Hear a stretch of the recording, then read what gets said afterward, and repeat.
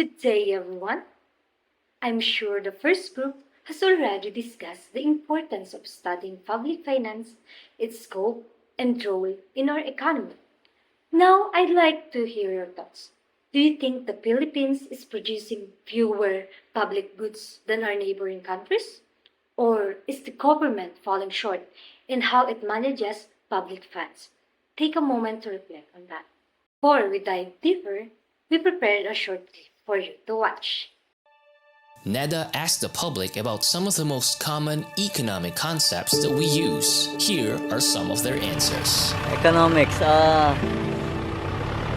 distribution of goods and how it circulates. Economics, need economics yan eh. Gross domestic performance, if I'm not mistaken. Hindi ko na ano yung GDP, ano bang kabuuan? Gross domestic product. Hindi siya pamilyar sa Inflation, paano inflation? Inflation yung pagbaba ng value ng pera.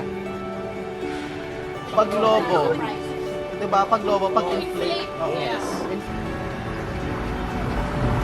Import. Para ito yung hinahangaan, ganun. Ngayon, hindi ko alam yung import natin for India. Hindi lang namin alam masyado. Tapos exports, mga product naman nagaling dito sa Pilipinas na dinadala naman natin sa ibang bansa. Tarifa? Ano yun, ma'am? Raffles? Tariffs yung taxes involved in sa export and imports. Yung mga taxes na kailangan natin bayaran to get those goods. Manufacturing, ano ba to? Manufactured, mga kumpanya. Manufacturing, when you produce or create a product. labor force. Hindi ko na ano yan, pero yung labor alam ko. Hindi ko alam kung anong ibig sabihin ng force na yun, kung sino yung pinu-force. Of course, for us economists, these concepts are basic. But for majority of Filipinos, these are words that they hear but don't necessarily understand. That's unfortunate because we know that economics plays out in everyday life, in our work, in our communities, in our families, in the very decisions that we make on a daily basis. Economists tend to talk in highly technical terms. We tend to talk only to each other. That leaves most other people out of very important conversations. Economists actually have a lot of useful ideas and insights to share. Pero sayang naman kung hindi naman nila tayo naiintindihan ng karamihan. So let's challenge ourselves to become more effective thought leaders by making an effort to make economics comprehensible and relatable to all. Let's help empower our fellow Filipinos through economic and financial literacy. By sharing what we know, we are helping others make good decisions not only for themselves, but also for our country.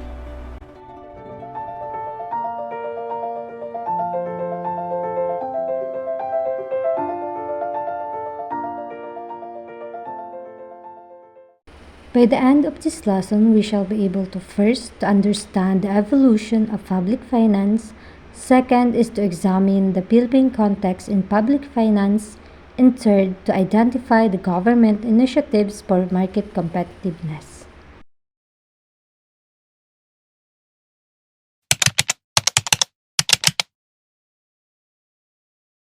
If we remember how money evolved from cowrie shells and bartering onto the complex system we use today, you'll see that the development of public finance institutions mirrors the growth of organized society, especially the state.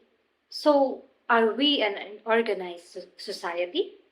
As the responsibilities of the state changed, so did the goals of public finance. In essence, the government has always played a key role in shaping how public funds are collected and utilized. Public financing is as old as the concept of public authority itself, with its history marked by wars, social movements, and revolutions. Today, we'll trace public finance institutions across various stages of society's development with a particular emphasis on the Philippine context. Let's start in early public finance.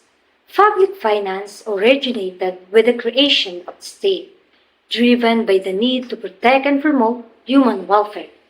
As the state evolved, so did public finance, initially to preserve the state and fund its activities. From primitive societies with nothing to speak of, we advanced to slave states, the feudal system, the capitalist system, marked by the periods such as mercantilism and Keynesian public finance. We will also discuss the influence of Western public finance institutions and the Philippine settings today. Let's begin with Asian finance, or the slave societies. The public finance systems of slave societies laid the foundation for many modern financial practices. Asian public finance introduced basic instruments like budgeting, expenditure management, revenue collections, debt, and borrowing. Let's break down these concepts. Expenditures. In ancient government, public spending was tied to key functions. First, in defense and aggression, large amounts were spent on maintaining armies and navies for protection and conquest. Second is internal peace and order. To prevent rebellion among the majority population, the ruling minority focused on law enforcement and administration of justice. Third is state religion. Religion was integral to stabilizing the ruling order. Elaborate bureaucracies and massive temples were built, which is why religious leaders like friars in the Philippines were so powerful and often abusive. Fourth is the royal maintenance. It was considered a sovereign right for the kings to be supported by their people, who were obligated to provide revenue for whatever the king deemed necessary for public welfare. While revenues in ancient times came from simple sources such as looting, tributes from conquered peoples, war chests, fines, and direct taxes on non-citizens or conquered peoples. Additionally, wealthy citizens were expected to delay. Public borrowing and debt management, on the other hand, borrowing as we know it didn't exist. Instead, state relied on gifts or levied taxes in times of need, unlike today's government that is often rely on loans and debt. Last is auditing. Asian public finance focused on tax collections and expenditure. Auditing was limited to maintaining records and ensuring expenditures were lawful, which suggests that an early form of internal auditing was practiced. Let's proceed to medieval public finance. Public finance during the Middle Ages evolved with political structures. Significant changes included first is the taxation and revenue collection.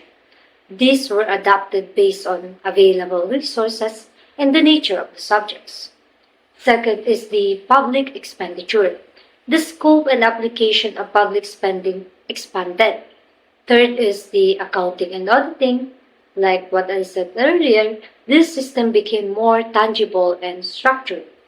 Last is the public borrowing. As government expenses increased, so the borrowing became more institutionalized. So during feudal period, economic system based on la tenure emerged between the king, lord, and vassals. The feudal system dominated society, with the king granting lands to the nobility in exchange for military service. Vassals, in turn, were tenants of the nobles and peasants who had to work on this land, providing homage, labor, and a share of their produce in return for protection. Over time, however, abuses of power became more common, especially in the case of the encomenderos who controlled lands and often oppressed the native populations. For the beginning of public finance, this is the end. Let's proceed to the capitalism, and Miss Freya Albal will do the honor. Now let us move on to the emergence of mercantilism, some of their important contributions, and physiocracy. This idea shaped how nations managed their economies during this time and influenced future economic thinking. Mercantilism was the dominant economic theory in Europe from the 16th to the 18th century, in which the state has the significant control over economic activities. Protectionism was the practice used to shield domestic industries from foreign competition and by way of creating trade surplus that will favor domestically and not other countries. Mercantilism promoted the idea that nations could become wealthy and powerful by having control to trading, manufacturing, and land cultivation.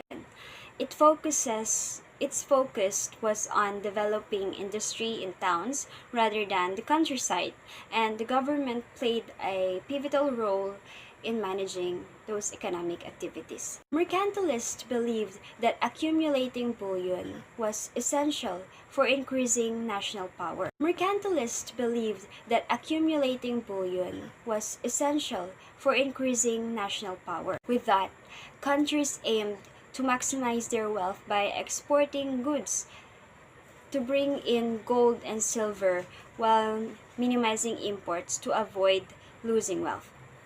Mercantilists believed that wealth was finite and one's nation's gain was another's loss. It is a zero-sum game which discourages cooperation within an economy. Mercantilist policies also had a big impact on trade and government strategies. As I have already said, this theory has the idea that a nation's wealth depended on its reserves of gold and silver. So, more gold is equal to more wealth, and trade as a zero-sum game is the most vital part of that accumulation. Governments also encourage exports by providing subsidies to industries while at the same time discouraging imports through high tariffs. This way, more gold and silver would flow into the country rather than outside. With that, they also restricted private ownership and use of bullion to ensure that the state maintained control over those resources. Additionally, colonies were also used for one-way trade, where raw materials were extracted and then manufactured goods were sent back. Mercantilism also influenced how governments manage public finances. The state took an active role in guiding the economy through various implementations of policies. One of those examples is how the governments use taxes and budgets to encourage exports and limit imports. This way of control over economic activities was aimed at driving national prosperity. The idea was to gather wealth through a positive balance of trade while keeping as much gold and silver as possible within the country. Moving into the 18th century, another economic theory emerged known as physiocracy. This thought originated in France and was particularly influential during the second half of the century.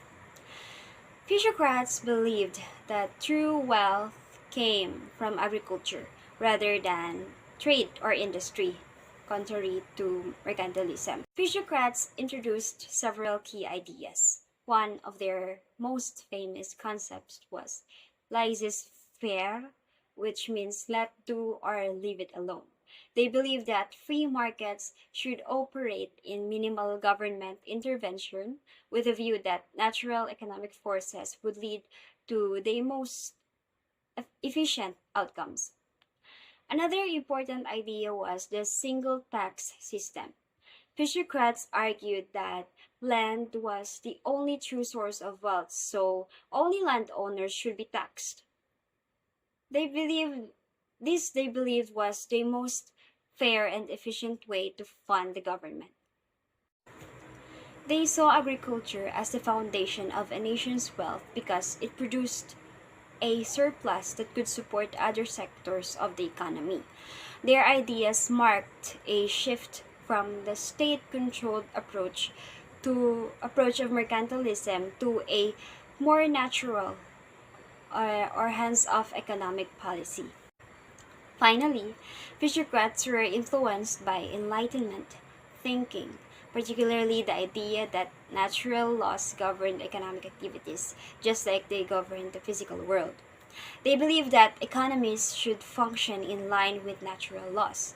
By natural law, I mean it is a system of belief that there are moral standards inherent in human nature, such as our individual rights. To sum up, mercantilism and physiocracy offered very different ideas about how wealth should be created and managed. Mercantilism focused on state control, trade, and the accumulation of gold and silver. Contrary to that, physiocracy highlighted the importance of agriculture, free markets, and aligning economic activity within natural laws.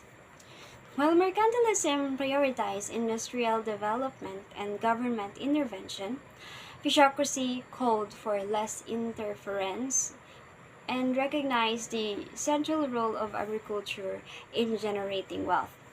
These contrasting ideas laid the foundation for classical economics, influencing economists like Adam Smith and shaping future economic policies. Now let's move on to the Depression and Keynesian economics. It explores the relationship between the economic theory of John Maynard Keynes and the historical context of the Great Depression. Depressions or recessions occur when there is not enough demand for all the goods and services that an economy produces. Most economists believe that such falling demand is a normal part of what is commonly called a business cycle. A business cycle is like a regular pattern where the economy grows, reaches a peak, then slows down, and sometimes even shrinks, which we call a recession, before it starts growing again. It consists of four key stages. First is expansion, when demand and production grow, leading to more job and higher income. Next is peak, the highest point of economic activity, followed by a downturn or a recession, characterized by falling demand and economic activity. And the last one is trough, the lowest point after which the cycle repeats, starting with recovery. The demand for two specific types of goods, durable goods and capital goods, is important in the business cycle. Durable goods, these are items like cars and refrigerators that you use for a long time. People buy more of these when they have more money and feel confident about their financial future. When they feel less confident, they stop buying as much. Capital goods, these are the tools and equipment businesses use to make products. Companies buy more equipment when they think people will buy their products. If they doubt people will buy, they won't invest in new equipment.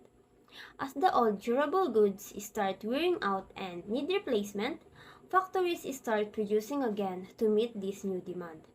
This production requires hiring workers and buying materials, which help the economy grow again. Additionally, when prices are low, people are more likely to buy more goods, helping the economy recover. Prices change in the business cycle.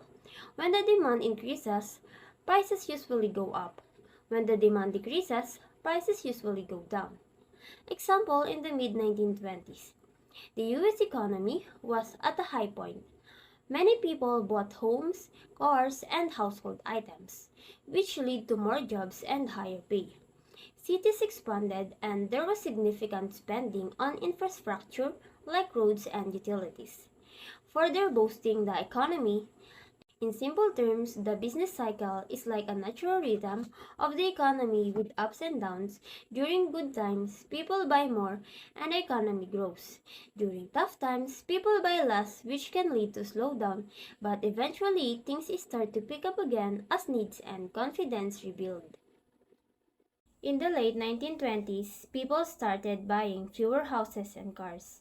Cities and states weren't starting many new projects because they had already built most of the things they needed.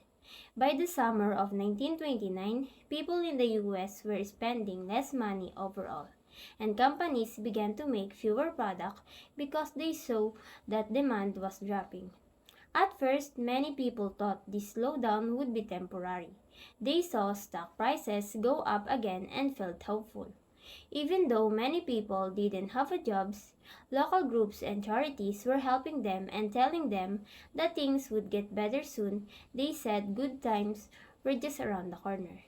This meant they believed the economy would hit its lowest point soon and then start to improve. However, this recovery didn't happen as expected. People continued to spend less money, businesses kept reducing their staff, and many companies had to close down because they couldn't make enough money to survive. This period marked the beginning of a very tough economic time.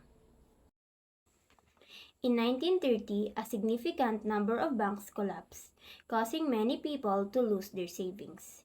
This made fewer people able to buy goods and services, which lowered the demand in the market. As the economic situation got worse, the money set aside by state and local governments for emergency help quickly ran out.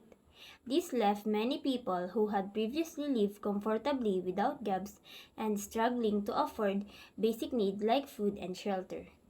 As the economic problems continue, President Franklin Roosevelt introduced several programs to help those affected. These programs, known as the New Deal, aimed to provide relief and support recovery.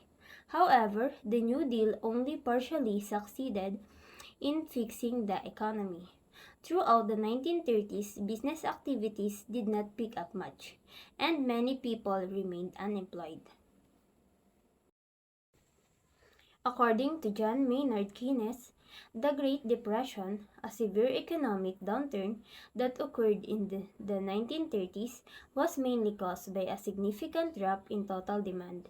This means that people and businesses were not buying or investing as much as before. The situation was so bad that normal methods to boost the economy were not enough. To solve this problem, the government had to step in and spend a lot of money. This government spending helped to increase demand by creating jobs and funding projects, which in turn helped to revive the economy. J. Maynard Keynes was an important economist who introduced new ideas about how economies work during the 1930s. He observed that during tough economic times like the Great Depression, people and businesses spend less money. When people are out of work, they can't buy as many things, and businesses see this and decide to produce less because they don't think they will sell enough.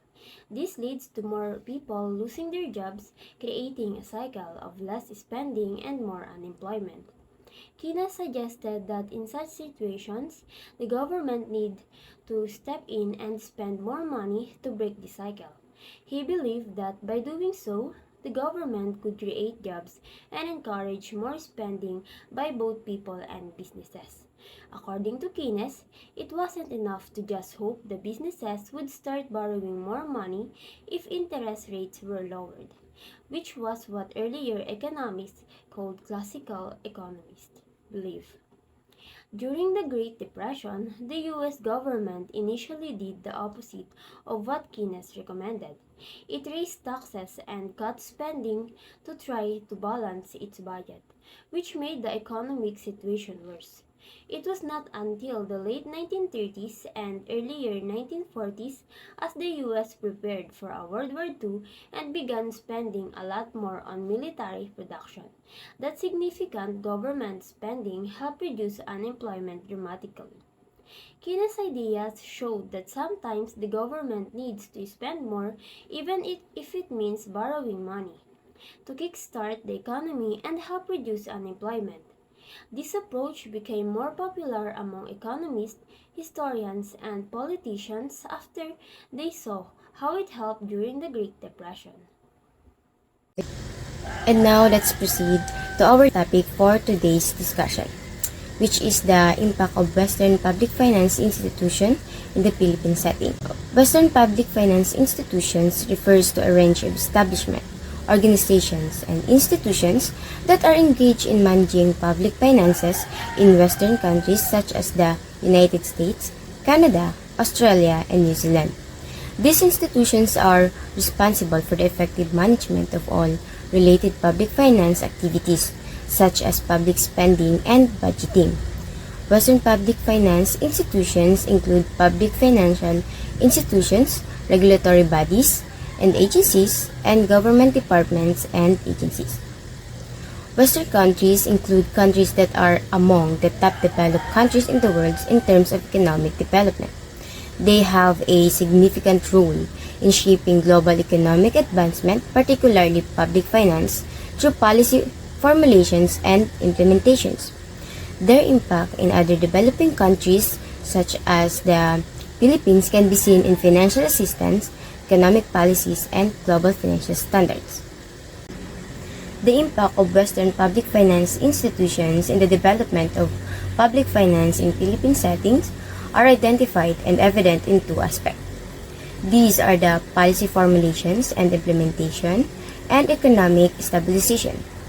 For policy formulations and implementation, establishing financial management frameworks and economic policies in developing nations is aided by Western public finance institutions, such as the World Bank and the IMF or the International Monetary Fund.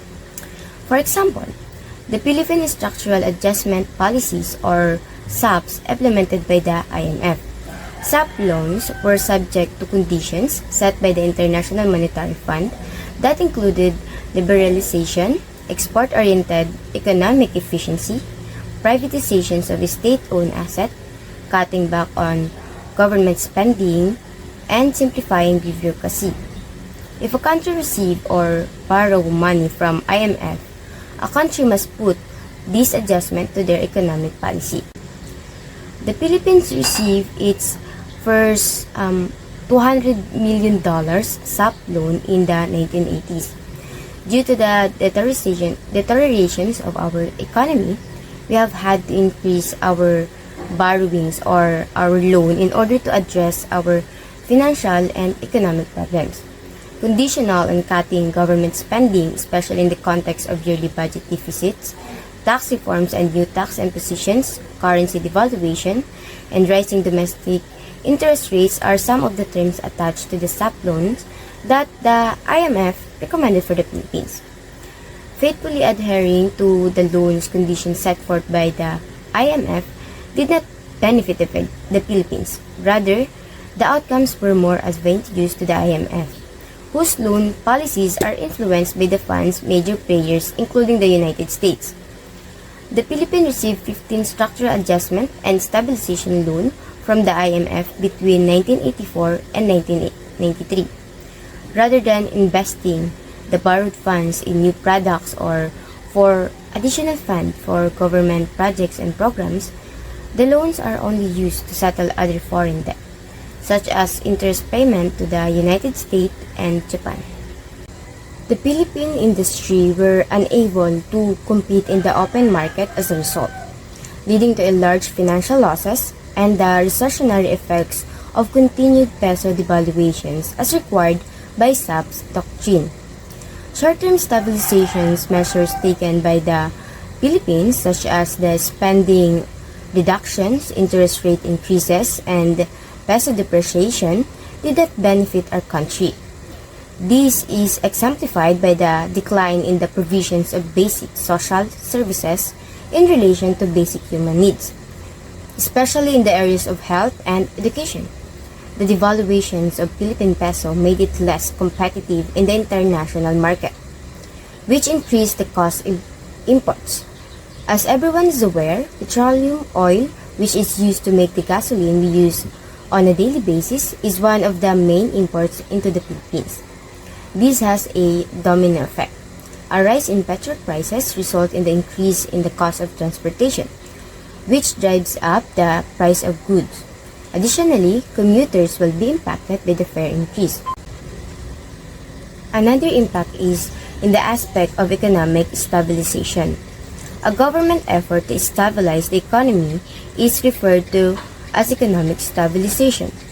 The Philippines look to international organizations like the IMF and the World Bank for assistance in order to raise more funds for government programs and projects in the country.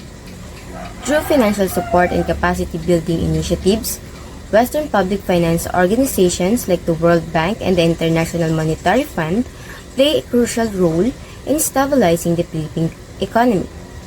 In order to improve fiscal management and encourage sustainable growth, they offer financial support as well as technical assistance for a range of economic reforms. For example, these organizations provide loans during the pandemic with the goal of strengthening the healthcare system and promoting economic recovery, which assisted the government in better managing its financial difficulties. Through numerous projects and loans targeted at addressing important development challenges, the World Bank has significantly contributed to the stabilization of the Philippine economy. The World Bank has been involved since 1945 and has gathered resources, expertise, and collaborations to support efforts in health, education, and poverty. Supporting economic reforms has been an important factor for the World Bank's contributions to economic stabilization, especially in time of crisis. A concrete example of this support is the World Bank's Financial Sector Reform Development Policy Financing, which is intended to enhance financial sector's stability and inclusiveness. This program focuses on promoting financial inclusion and among individuals and micro, small, and medium enterprises, which is vital for fostering economic resilience and supporting recovery from economic shocks such as the COVID-19 pandemic. In order to increase access to financial services for underprivileged groups like rural communities, the World Bank works to promote financial inclusion in the Philippines through the use of digital technologies. This initiative acknowledged that enhancing financial services accessibility is essential to fostering economic expansion and reducing poverty. Improving credit information systems is one of the main implementation that aims to provide micro, small, and medium-sized businesses with better access to financing. Lenders are better equipped to assess the borrower's credit worthiness as a result of this advancement, which increases the pool of financial products available that are specifically designed to meet the SMS needs.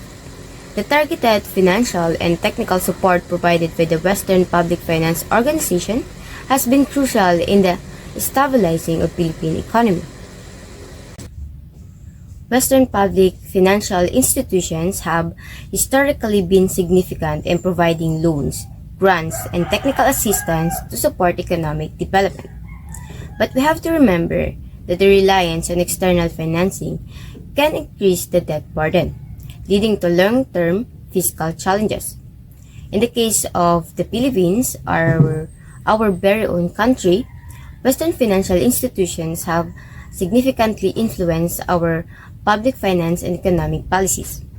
During the 1980s and 1990s, the Philippines underwent a series of economic reform as a part of structural adjustment and programs recommended by the IMF and World Bank.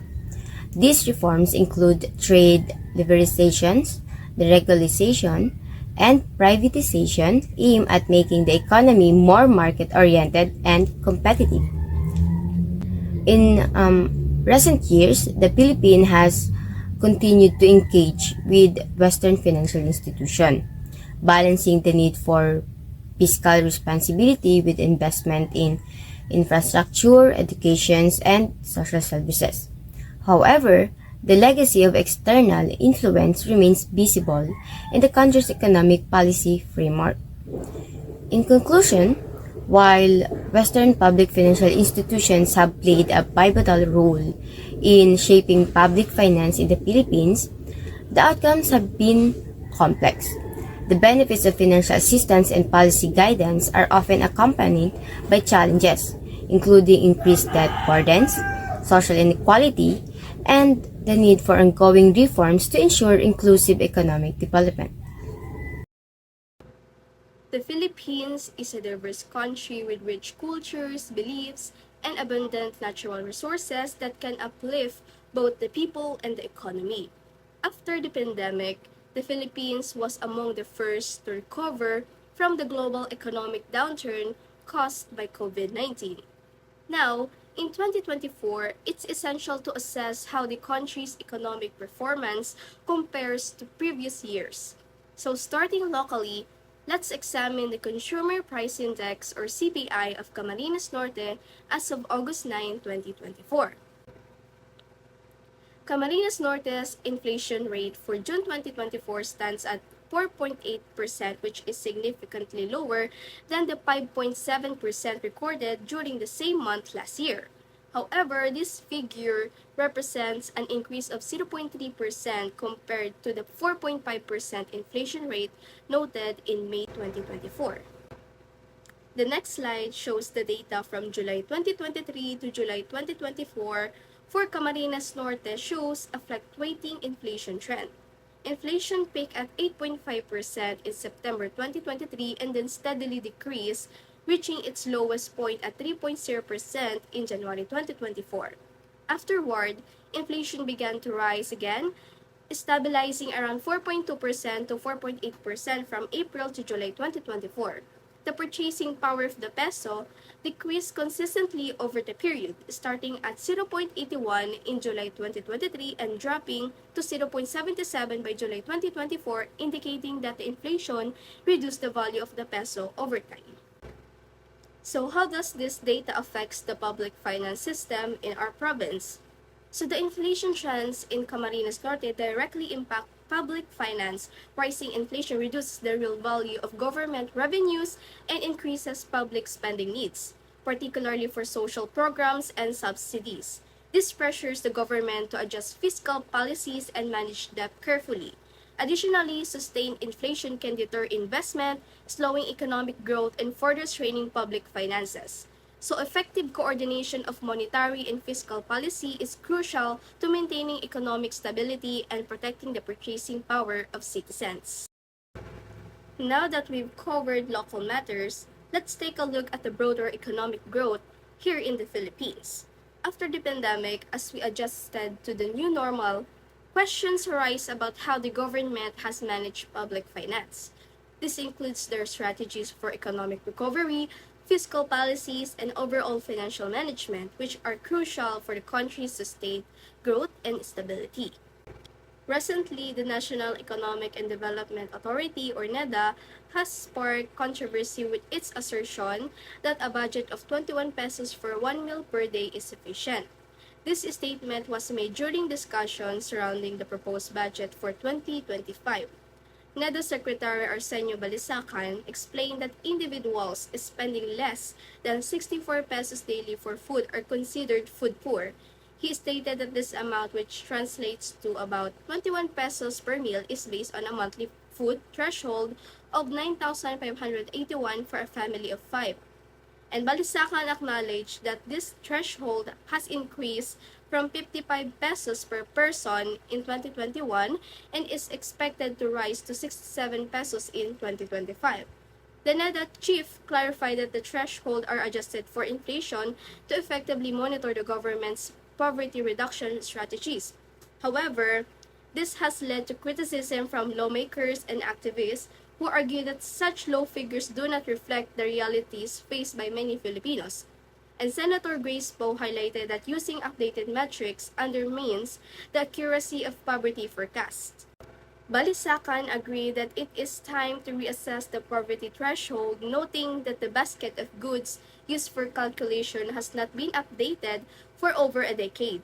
He emphasized the need to consider food preferences and relative prices in any revisions. In response to the backlash, Balisacan reiterated that the food threshold is not intended to represent a budget for a decent standard of living, but rather serves as a tool to measure the effectiveness of government policies in addressing poverty. He acknowledged that, while the statistics provide a sense of scale, they do not capture the full extent of deprivation experienced by many Filipinos. As a student who still relies on my parents for my allowance to attend school, I can attest that the NEDA's claim of a 21 pesos budget being sufficient for a single meal is far from reality, especially in the face of rising inflation. The statement seems detached from the actual experiences of many Filipinos. Even a simple glance at current prices reveals the impracticality of this assertion. A simple cup of noodles, a common meal option for students, costs around 21 pesos 50 cents at SM supermarkets. This means that based on NEDA's suggested budget, one would be short by 50 cents just for this basic meal. The situation becomes even more challenging when considering the prices at sari-sari stores. These small neighborhood stores often have to increase their prices slightly to generate income, making the 21 pesos budget even more unrealistic. It is important to note that the prices of various commodities, particularly food items, have been steadily increasing due to the ongoing inflationary pressures. This makes it increasingly difficult for individuals, especially students like myself who rely on limited budgets, to afford even the most basic meals. In addition to the issue surrounds, other government sectors in the Philippines are also facing challenges related to the public financial system. One significant concern involves the handling of funds within PhilHealth. Professor Shelo Magno from the University of the Philippines is concerned about the government's decision to take money from PhilHealth, the National Health Insurance Program, and use it for other purposes. She says this shows bigger problems with how the government manages its money.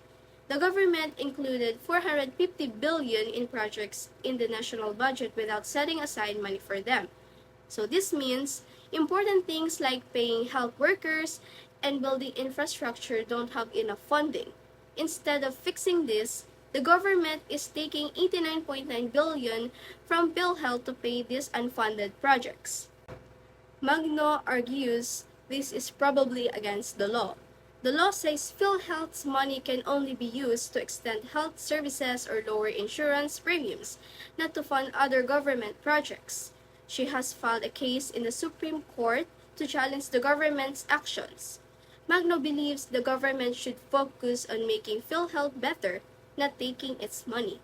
Many Filipinos, like those with leukemia, don't get all the health coverage they need.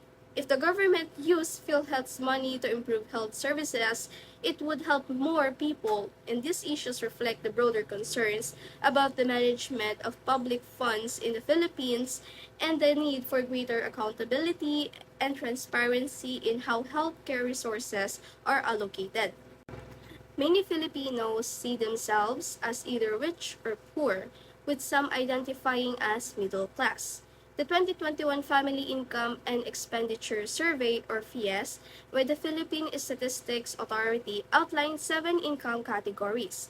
Number 1 is poor, incomes below the poverty line; low, but not poor, incomes between the poverty line and double the poverty line; lower middle, incomes between double and 4 times the poverty line; middle, incomes between 4 and 7 times the poverty line; upper middle, incomes between 7 and 12 times the poverty line; upper middle, but not rich, incomes between 12 and 20 times the poverty line; and rich, incomes at least 20 times the poverty line. The survey, covering over 26.3 million households and 111.4 million people, shows that most Filipinos are classified as low income but not poor, while the wealthy represent a smaller segment. The Philippine Statistics Authority has been conducting the Family Income and Expenditure Survey every 3 years since 1985. With the latest rounds in mid-2023 and early 2024, a recent survey found that about 13 million households, or 47%, viewed themselves as poor, while 33% as middle income and 20% as low income. Unemployment significantly affects poverty, with rates dropping from 4.2% to 3.6%, equating to 1.83 million unemployed individuals. National Economic and Development Authority Secretary Arsenio Balisecan highlighted the need to grow the digital economy to improve job opportunities. Moving on, the House Committee is reviewing the proposed 5.678 trillion national budget for 2024. This budget supports President Marcos Jr.'s plans for the country and focuses on improving social services, infrastructure, and the economy. It's a 9.5% increase from last year and aims to raise more tax money, reduce the country's debt, and manage government spending responsibly. A large portion of the budget will go to social programs and local government support. With inflation still high, the government is working on strategies to keep prices stable and ensure that everyone benefits from economic growth. Overall, the 2024 budget aims to drive economic progress while addressing the needs of the people.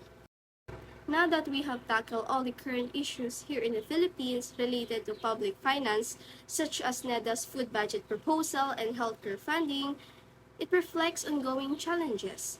Both of these issues illustrate a broader problem with public financial management in the Philippines. There is a clear disconnect between government policies and the realities faced by ordinary citizens. To build trust in government institutions and improve the quality of life for Filipinos, policymakers must prioritize transparency and accountability. They need to ensure that public funds are used effectively to meet the actual needs of the population, especially in critical areas like food security and healthcare. Addressing these challenges is essential for fostering a more equitable and responsive government.